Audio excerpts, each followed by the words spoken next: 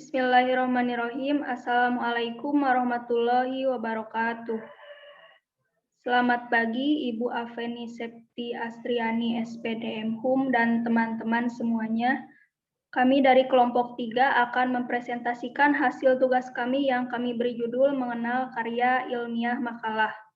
Sebelumnya, izinkan saya memperkenalkan anggota kelompok 3 dimulai dari saya Meliani Agustin dan rekan saya Rindiana Mariana, Yunia Sri Mauludiani, dan Gandara Muhammad Paradias Manggala. Untuk pembahasan pertama tentang definisi yang akan disampaikan oleh Rindiana Mariana, kepada Rindiana Mariana dipersilakan. Baik, terima kasih. Yang pertama, pengertian makalah secara umum. Secara umum, makalah adalah karya tulis yang membahas tentang suatu topik tertentu yang tercakup dalam ruang lingkup suatu masalah secara ilmiah. Dalam kalangan pendidikan, makalah juga dapat diartikan karya tulis pelajar atau mahasiswa sebagai laporan hasil pelaksanaan tugas sekolah atau perguruan tinggi. Next.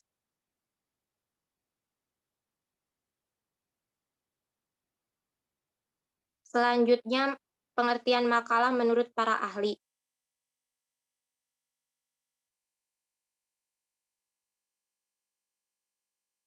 Yang pertama, menurut Panuti Sudiman, makalah ialah karangan prosa, bukan cerita rekaan yang membicarakan pokok tertentu. Yang kedua, menurut WJS Purwadarminta, makalah ialah uraian tertulis yang membahas suatu masalah tertentu, dikemukakan untuk mendapat pembahasan lebih lanjut. Yang ketiga, menurut KBBI, Kamus Besar Bahasa Indonesia. Dalam hal ini, makalah dibagi menjadi dua pengertian, yaitu satu, makalah ialah tulisan resmi tentang suatu pokok yang dimaksud untuk dibacakan di muka umum dalam suatu persidangan dan yang sering disusun untuk diterbitkan. Yang kedua, makalah ialah karya tulis pelajaran atau mahasiswa sebagai laporan hasil pelaksanaan tugas sekolah atau perguruan tinggi. Selanjutnya, yaitu makalah terdapat dibagi menjadi 4. Yang pertama, untuk melatih penulis agar mampu menyusun karya ilmiah secara benar dan cermat. Yang kedua, untuk memperluas wawasan keilmuan bagi penulisnya. Yang ketiga, memberikan sumbangan pemikiran, baik berupa konteks teoritis maupun konsep praktis. Yang keempat, memberikan manfaat bagi perkembangan konsep keilmuan maupun pemecahan masalah. Dan yang selanjutnya yaitu jenis-jenis makalah. Makalah dibagi menjadi 3. Yang pertama makalah ilmiah, yang kedua makalah kerja, yang ketiga makalah kajian. Yang pertama makalah ilmiah. Makalah ilmiah pada umumnya dipakai bagi karya tulis hasil studi ilmiah yang berisi masalah dan pembahasan. Perlu diperhatikan bahwa dilihat dari segi prinsip dan prosedur ilmiahnya, makalah ilmiah menyerupai laporan penelitian sederhana.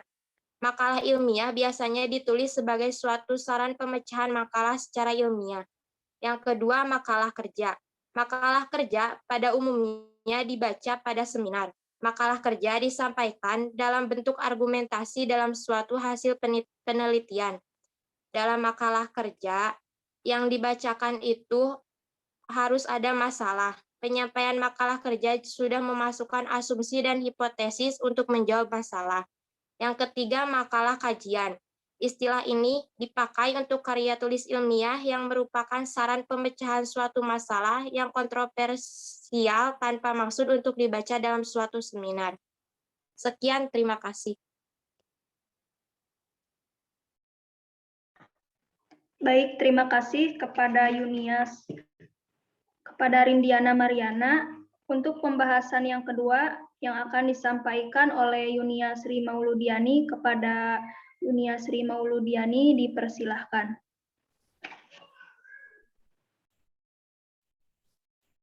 Baik, terima kasih. Saya di sini akan memaparkan bentuk makalah. Secara garis besar, makalah terbagi 3, yaitu pembukaan, isi, dan penutup. Dalam pembuka, next. Di dalam pembukaan terdapat cover, kata pengantar, dan daftar isi. Cover ialah halaman pertama yang biasanya dibuat pada awal pembuatan suatu pekerjaan tertulis, atau juga tampilan pertama yang akan dilihat sebelum beranjak ke isi dan yang lainnya. Cover biasanya berisi judul, nama penulis, logo institusi, tempat, dan tahun terbit. Yang kedua, kata pengantar. Kata pengantar ialah pendahuluan atau pandangan umum secara singkat dan jelas sebagai bentuk pendahuluan suatu karya tulis. Kata pengantar biasanya berisi ucapan terima kasih kepada Tuhan dan kepada pihak-pihak yang telah mendukung dan membantu proses penyelesaian makalah, menjabarkan di akhir kalimat dapat menyertakan harapan penulis. Dan yang terakhir, daftar isi. Daftar isi merupakan urutan judul pada tiap bab beserta halaman yang terdapat pada sebuah buku atau bentuk tulisan lainnya. Daftar isi memuat informasi halaman dari isi makalah agar memudahkan pembaca menemukan bahan yang akan dibaca. Yang kedua ada isi. Di dalam isi ada 3 bab, yaitu bab 1 pendahuluan, bab 2 pembahasan, bab 3 penutup. Dalam bab 1 pendahuluan, pendahuluan merupakan gambaran umum dari observasi awal dan fenomena mengenai topik yang diangkat. Dalam pendahuluan terdapat tiga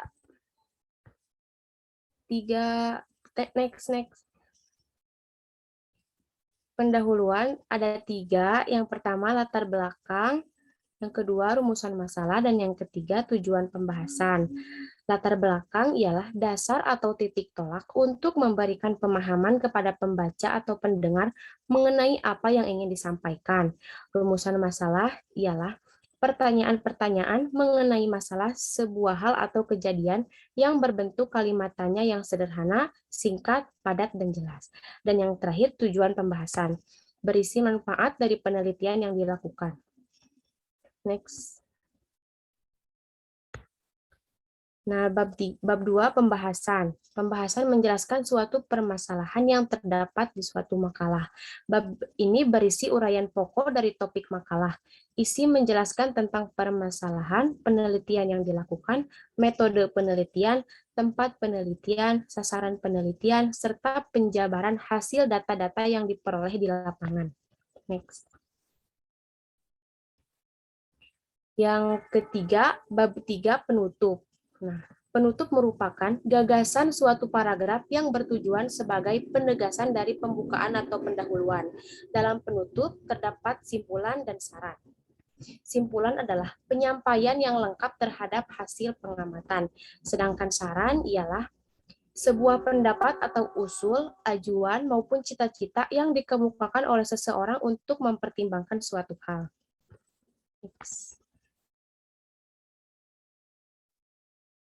Dan yang terakhir, daftar pustaka. Daftar pustaka berisi daftar referensi-referensi yang dicantumkan atau dipergunakan dalam penyusunan makalah. Penulisan daftar pustaka harus disusun secara sistematis serta diurutkan secara sistematis berdasarkan abjad atau alfabet menurut nama pengarang. Daftar pustaka terdiri atas nama pengarang, tahun terbit publikasi, judul publikasi, serta tempat terbit dan penerbit. Pengaturan penulisan nama dalam daftar pustaka adalah dengan ketentuan nama keluarga harus ditulis terlebih dahulu, kemudian diikuti oleh nama panggilan. Sekian dan terima kasih. Baik, terima kasih kepada Yunia Sri Mauludiani yang telah memaparkan hasil diskusinya. Selanjutnya untuk pembahasan yang ketiga akan disampaikan oleh Gandara. Kepada Gandara dipersilahkan. Baik, terima kasih Temiliani. Di sini saya akan menjelaskan tentang contoh makalah. Nah, saya ambil contoh makalahnya dari makalah yang saya buat sendiri, dikarenakan keterbatasan mencari sumber, karena tidak ada makalah yang ditemukan lengkap gitu. Oke, yang pertama mengenai cover dan sampul yang telah diutarakan oleh Teh Yunia sebelumnya, dalam cover dan sampul merupakan awalan ya yang di dalamnya ada judul makalah yaitu di sini judul makalahnya adalah pengembangan dan penetapan harga produk. Kemudian ada logo institusi, nah ini logo institusinya. Kemudian ada penyusun makalah ya. Jadi makalah ini disusun oleh siapa saja. Kemudian tempat dan waktu ditulis. Nah, sini ada keterangan bahwa makalah ini ditulis di Tasikmalaya tahun 2021. Nah, ini baru pembukaan ya, kemudian ada kata pengantar. Nah, di kata pengantar ini juga ada ucapan syukur ya kepada Tuhan dan juga kepada pihak-pihak yang telah memberikan kontribusi dan dukungan sehingga makalah tersebut dapat dibuat. Kemudian ada harapan-harapan penulis. Di sini harapannya semoga makalah ini dapat diterapkan begitu. Kemudian di sini juga ada tanggal disusunnya, tanggal 8 September. Penyusunnya itu kelompok 7 karena di sini kita berkelompok gitu. Jadi cuma hanya digabung menjadi kelompok 7 saja. Kemudian dalam pembukaan juga ada daftar isi. Nah, daftar isi ini memuat informasi halaman dari isi bab makalah. Setiap bab dari sini setiap babnya itu. Nah, ini bab 1, bab 2, bab 3 dan subbab yaitu di sini ada latar belakang, merumuskan masalah, manfaat penulisan. Kemudian ada halaman. Nah, di sini ada keterangan halaman di sebelah kanan, jadi memudahkan pembaca untuk menemukan bacaannya. Kemudian dalam isi, nah ada bab 1 yaitu pendahuluan. Ada latar belakang yaitu yang melatar belakangi alasan dibuatnya makalah. Kemudian ada rumusan masalah. Nah, rumusan masalah ini merupakan temuan masalah yang dicantumkan di latar belakang sebelumnya. Nah, jadi di sini dipaparkan apa saja yang menjadi masalahnya, kemudian tujuan dari penulisan makalah ini adalah apa sih gitu. Tujuannya yaitu di sini untuk mengetahui teori tentang produk dan segala macamnya. Kemudian dalam bab isi juga terdapat pembahasan. Nah, bab 2 ini tentang memaparkan pembahasan suatu masalah. Di sini kita mencari referensi-referensi, melakukan penelitian dan pengkajian sehingga dibahaslah di dalam bab 2 ini. Tentunya mencari referensi juga dari sumber yang valid dan dapat dipertanggungjawabkan.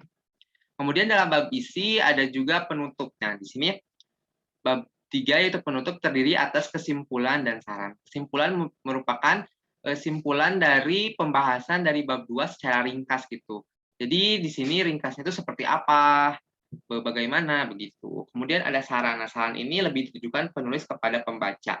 Saran diperoleh dari kesimpulan penelitian untuk dikembangkan kembali dan ditindaklanjuti maupun diterapkan. Jadi di sini sarannya itu semoga pelaku UMKM setelah membaca ini dapat menerapkan penetapan harga gitu kan, judulnya juga kan menetapkan harga begitu. Kemudian, nah dalam secara garis besar juga ada penutup. Nah, dalam penutup ini cuma ada satu yaitu daftar pustaka. Daftar pustaka berisi referensi-referensi yang dicantumkan atau dipergunakan dalam penyusunan makalah. Di sini disebutkan semua referensinya. Kemudian daftar pustaka terdiri atas nama pengarang. Nah, nama pengarangnya di sini yang telah disebutkan oleh Teh Yunia tadi bahwa nama keluarga harus ditulis atau nama marga harus ditulis di depan ya. Kemudian diikuti oleh nama masing-masing gitu. Terus ada judul, nah di sini ada judulnya, nah di sini ada orientasi pasar dan keunggulan, bersaing, studi kasus penjualan komputer, terus ada juga tempat terbit, nah tempat terbitnya di sini ada yang di Jakarta, ada yang di New Jersey, ada yang di Bogor, begitu, dan penerbitnya di sini ada Celebes Media Perkasa, Kiara Media, Erlangga, Curtis Hall, dan selainnya. Mungkin cukup sekian yang dapat saya sampaikan. Saya kembalikan kepada Teh Meliani Agustin selaku moderator. Terima kasih. Baik, terima kasih kepada Gandara yang telah memaparkan pemaparan dari awal sampai akhir dari kelompok kami. Dicukupkan sekian. Mohon maaf jika banyak kesalahan. Wassalamualaikum warahmatullahi wabarakatuh.